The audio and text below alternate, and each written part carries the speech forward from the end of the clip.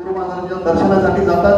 त्यांनी आपल्या पत्रात उल्लेख करताना आपल्या नारायणगावचे भूमिपुत्र, जनसेवेसाठी अग्रेसर असणारे लोकनियुक्त सरपंच, सध्याचे उपसरपंच, तरुणाचे आधारस्तंभ योगेश बापू पाटील यांच्या विधानसभेच्या उमेदवारीसाठी आजच्या गावभर बैठकीत संपूर्ण युवक संघटनेचा जाहीर पाठिंबा त्यांनी या ठिकाणी दिलेला आहे. गुरुपौर्णिमेच्या निमित्ताने आम्ही दरवर्षी न चुकता गुरु महाराज यांच्या दर्शनासाठी आवर्जून जात असतो.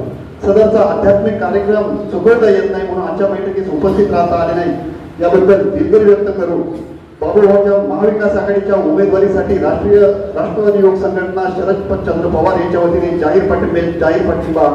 एक सुपुत्र, नारायणगावचा एक सुपुत्र डॉक्टर अमोलदादा कोल्हे खासदार आहे व एक सुपुत्र जर आमदार होत असेल बाबूभाऊच्या माध्यमातून तर प्रत्येक नारायणगावकरांना त्याचा अभिमान असेल. अशा शुभेच्छा सुरेशबाबू या ठिकाणी दिलेल्या आहेत. निश्चित आज नारायणगाव खऱ्या अर्थाने एकवटल्यासारखं वाटतंय. काय एकवटलंय? ते उमद नेतृत्व, समाजासाठी धडपडणारं नेतृत्व. हे नेतृत्व आता आपल्या तालुक्याचं नेतृत्व व्हावं याची अशी प्रत्येक नारायणगावकरांची इच्छा आहे. आज